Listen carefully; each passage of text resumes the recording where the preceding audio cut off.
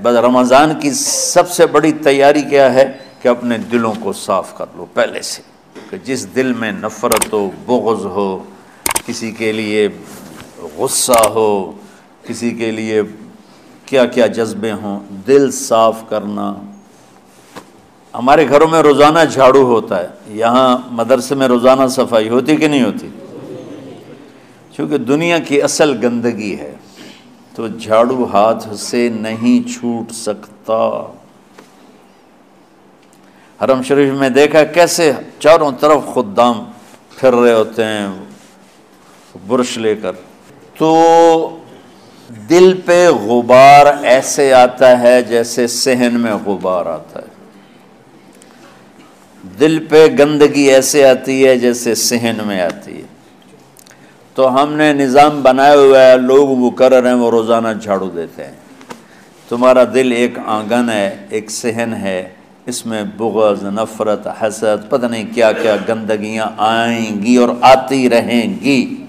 بچوں ایک کام کرو، جھاڑو پکڑ لو، صاف کرو۔ یا اللہ معاملہ تجھ سے کرنا ہے، لوگوں سے نہیں۔ کسی نے برا کہا، کسی نے غیبت کی، کسی نے گالی دی، کسی نے دھکا دیا، کسی نے حق مارا، کسی نے کچھ کیا، یا اللہ تیرے سپرد میں نے اپنے دل کو سب سے صاف کیا، میں نے اپنے دل کو سب سے صاف کیا۔ یہ اتنی بڑی عبادت ہے کہ بڑے بڑے نفلوں والے، تہجد والے، حج عمرے روزے والے تمہیں نہیں پکڑ سکیں گے، کیونکہ اس کا کرنے والا دنیا میں کوئی نہیں۔ نفل پڑھنے والے تو بے شمار ہیں، عمرے کرنے والے بے شمار ہیں، علماء بے شمار ہیں، حاجی بے شمار ہیں، سخاوت کرنے والے بے شمار ہیں، لیکن اس ٹکڑے کو صاف کرنے والا لاکھوں میں ایک بھی نہیں ہے۔ مشکل کام ہے، آپ یہ سیکھ لیں، صاف کرو، صاف کرو، صاف کرو۔ یہ رمضان کی سب سے بڑی تیاری اور علم کو حاصل کرنے کی سب سے بڑی چابی ہے کہ اپنے دل کو کھلا کر لو۔ کوئی چیز خالی ہوگی تو کچھ آئے گا۔ جس دل میں بغض بھرا ہو، نفرت بھری ہو، حسد بھرا ہو، کینہ بھرا ہو، اس میں خاک آئے گا، اس میں تو علم کی ایک کرن بھی نہیں آئے گی۔ اس زبان سے چاہے جتنے مرضی موتی بکھیرے، دل اس کا اندھا ہوگا۔ لا تعمل ابصار ولکن تعمل قلوب التي في الصدور۔ یہ آنکھوں سے اندھے نہیں، دل سے اندھے ہیں۔ تو بچوں اپنے دل کو صاف کرنا سیکھو۔ وہ کتنی مشہور حدیث ہے، آپ نے کہا اس دروازے سے ایک جنتی آ رہا ہے، تو ایک انصاری صحابی داخل ہوئے، جوتا ہاتھ میں، داڑھی میں وضو کا پانی۔ اگلے دن اس دروازے سے ایک جنتی آ رہا ہے، تو ایک صحابی آئے، ہاتھ میں جوتا، داڑھی میں وضو کا پانی، وہی صحابی۔ اگلے دن اس دروازے سے ایک جنتی آ رہا ہے، تو وہی صحابی 3 دن جنت کی بشارت لی انہوں نے۔ اس صحابہ کی جماعت میں ایک شخص ہیں جن کا نام ہے عبداللہ بن عمر بن عاص۔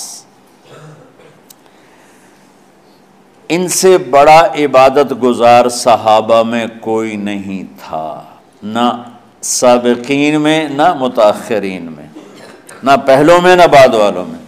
ان کی عبادت کیا تھی؟ ساری رات جاگنا، سارے دن کا روزہ، اور ایک ختم قرآن صبح سے شام تک۔ اتنی اللہ نے طاقت دی تھی۔ پھر وہ غلو والی بات آ گئی، ایکسٹریم ہونے والی بات آ گئی۔ ان کی شادی والی رات حجلہ عروسی میں داخل ہو رہے ہیں، دلہن کے کمرے میں داخل ہو رہے ہیں، اور مصلی بچھا کے اللہ اکبر، اور دیر نفل تے نفل، دیر نفل تے نفل۔ تو ان کی بیگم نے دیکھا تو وہ بھی خیر کا زمانہ تھا، انہوں نے بھی وضو کیا اور پیچھے مصلی بچھا کے وہ بھی فجر تک نفل پڑھتے رہے۔ صبح ہوئی تو حضرت عمر بن عاص رضی اللہ عنہ نے پوچھا، بیٹی رات کیسی گزری؟ کہا جی ماشاءاللہ آپ کے بیٹے تو بڑے عبادت گزار ہیں، ساری رات نفلوں میں ہی گزری۔ تو وہ ان کو شکایت کر دی۔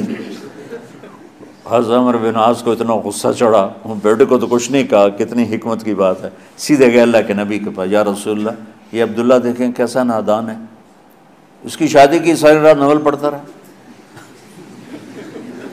تو آپ کہتے ہیں ماشاء اللہ کتنی بڑی بات ہے، نفلوں میں گزر گئی، رات بھی نفلوں میں گزر گئی۔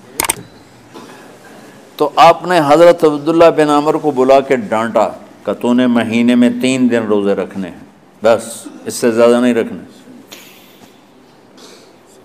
اور ہفتے میں 1 قرآن ختم کرنا ہے۔ کہا یا رسول اللہ میرے اندر طاقت زیادہ ہے۔ پھر اچھا 15 دن روزے رکھنے، کہ نہیں میرے اندر طاقت زیادہ ہے۔ آپ اس کو تھوڑا تھوڑا کر کے گھٹاتے رہے، اور وہ ہر دفعہ نہیں یا رسول اللہ میرے اندر طاقت زیادہ ہے۔ تو آخر میں آپ نے کہا اچھا چلو 100 میں داؤدی پہ آ جاؤ، 1 دن روزہ رکھو، 1 دن افطار کرو، اور 3 دن سے پہلے قرآن ختم نہیں کرنا۔ تو آپ نے اس کو پیچھے کیا۔ یہ بیٹھے تھے اس محفل میں، ان کے دل میں آیا کیا یہ بزرگ مجھ سے زیادہ عبادت کرتے؟ رات میں ساری جاگتا ہوں، دن روزہ رکھتا ہوں، 1 ختم کرتا ہوں، تو جنت کی بشارت تو مجھے ملنی چاہیے تھی، ان کو کیسے مل رہی؟ یہ کسی کتاب میں نہیں لکھا کہ یہ ان کا جذبہ تھا، لیکن جو کہ میں ان کی سیرت کو جانتا ہوں تو مجھے خیال آتا ہے کہ ان کی نفسیات میں یہ بات آئی ہوگی، چونکہ صرف انہی کو خیال آیا کہ میں جا کے دیکھتا ہوں کہ یہ بزرگ کیا کرتے ہیں۔ تو ان کے پاس پہنچ گئے، چاچا، ذرا وہ ادھیڑ عمر تھے، چاچا وہ میرے ابا تھوڑے ناراض ہیں، تو کچھ دن آپ کے پاس گزار لوں؟ کا بیٹا بسم اللہ آ جاؤ۔ اب رات ہوتے ہی عشاء کی نماز پڑھ کے انہوں نے جلدی سے چادر اوپر لی اور یوں سراغ کر کے ان چاچا کو دیکھنے لگے ایسے کر کہ اب یہ کیا ساری رات سجدہ کرے گا، اور ساری رات روتے روتے روتے روتے مصلی گیلا ہو جائے گا، یا ساری رات رکوع کرے گا، ساری رات قیام کرے گا، ساری رات قرآن پڑھے گا، اس تصور سے یوں دیکھ رہے۔ اور وہ بزرگ صحابی تشریف لائے، سرانے پہ سر رکھا، اللہم بسمک اموت و احیا، ہو گئے۔ اب یہ دیکھ رہے ہیں ابھی اٹھیں گے، ابھی اٹھیں گے، ابھی اٹھیں گے، اٹھے نا، فجر کی اذان پہ اٹھے۔ اب یہ تو حیران پریشان ہو گئے کہ یہ کیا ہو؟ اس زمانے میں تو منافق تہجد نہیں چھوڑتے تھے ڈر کے مارے کہ پتہ نہ چل جائے ہمارے کفر کا، تو یہ چاچا جنت بھی لے گیا تو ستا بھی پیا کہ چلو کل دیکھوں گا۔ اگلی رات پھر چادر سر پہ کر کے اور یوں سراغ کر کے لیٹے ہوئے اور دیکھ رہے، چاچا پھر تشریف لے اور سرانے پہ سر رکھا، اللہم بسمک اموت و احیا، ہو گئے۔ فجر کی اذان پہ اٹھے، یہ اور پریشان ہو گئے کہ میرا نبی کا فرمان تو سچا ہے، اس میں تو شک بھی کفر ہے، لیکن عمل کیا ہے جس پر اس کو جنت کی بشارت ملی؟ 2 رکعت نفل بھی نہیں۔ اور آج کے دور میں تم میں سے ماشاءاللہ اکثر بچے تہجد پڑھتے ہیں کہ 1 رات اور دیکھوں گا، تیسری رات اللہم بسمک اموت و احیا، ہو گئی ساری رات۔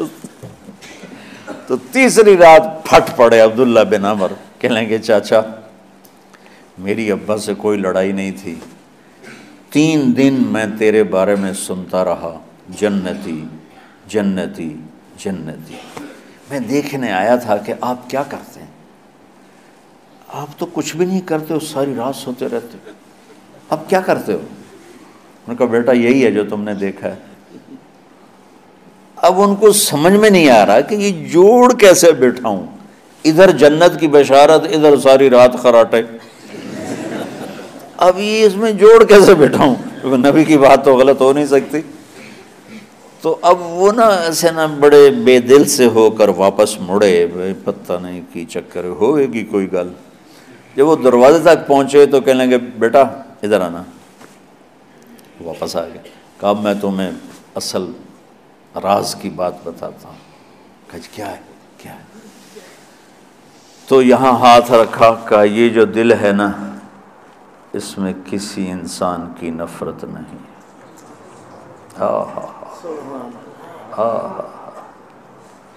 اور جب اللہ کسی کو رزق دیتا ہے، عزت دیتا ہے، مجھے کبھی حسد نہیں ہوا، مجھے خوشی ہوتی۔ تو عبداللہ بن عمر نے کہنا تھا ہاں یہ بات ہے، نہیں، انہوں نے کہا ہاذا ہوا، اچھل کے کہنے لگے ہاذا ہوا، ہاں ہاں ہاں ہاں یہی ہے یہی ہے یہی ہے۔ پھر کہنے لگے چاچا پر یہ میرے بس کا نہیں ہے، کون کرے گا یہ؟ اتنے بڑے آدمی ہو کر کہہ رہے ہیں کہ یہ میرے بس کا نہیں۔ تو بچوں، دنیا میں جنتی بننا ہے اور علم اللہ سے لینا ہے تو اسے صاف کر دو، سب کی نفرت سے۔ سب، اس نے مجھے یہ کیوں کہا، اس نے مجھے یوں کیوں دیکھا، اس نے میرے بارے میں یوں کیوں کہا، اس نے میرے بارے میں یہ کیوں لکھا۔ جس کی تعریف ہوتی میری کتنی برائی ہوتی، صرف تعریف تو نہیں ہوتی، بھرا پڑا سوشل میڈیا مجھے گالیاں دیں۔ اللہ کے فضل سے میرے دل میں ایک ذرے کے برابر کبھی کوئی منفی جذبہ نہیں آیا، آئے تو میں دھو کے صاف کر دیتا ہوں، یا اللہ میں نے اپنے دل کو صاف کیا، میرا معاملہ تیرے ساتھ ہے، کسی کے ساتھ نہیں۔ یہی آپ رمضان کی سب سے بڑی تیاری، علم کے حاصل کرنے کا سب سے بڑا ہتھیار آپ کو یہ نہیں ہے کہ تمہیں کتابیں یاد ہو جائیں، تمہیں اشعار یاد ہو جائیں۔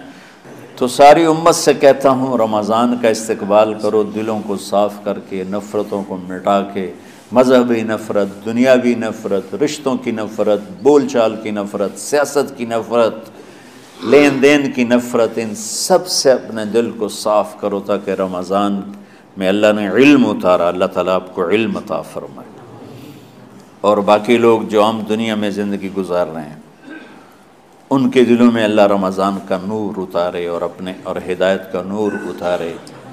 یہ سب سے بڑی تیاری ہے اس کی۔ اور کسی سے گلہ ہے، غصہ ہے، ناراضگی ہے، کسی سے بولتے نہیں ہو، ابھی سے شعبان آ چکا ہے، آپ شعبان سے رمضان کی تیاری شروع فرما دیتے تھے، تو اس کی تیاری کیا ہے؟ وہ دلوں کو صاف کرو، معاف کرو، معافی مانگو، تمہارا قصور نہیں پھر بھی معافی مانگ لو، دلوں کو صاف کرو، اور اللہ سے سخاوت مانگو کہ اللہ کو سخی بھی پسند ہے اور صاف دل والا بھی پسند ہے۔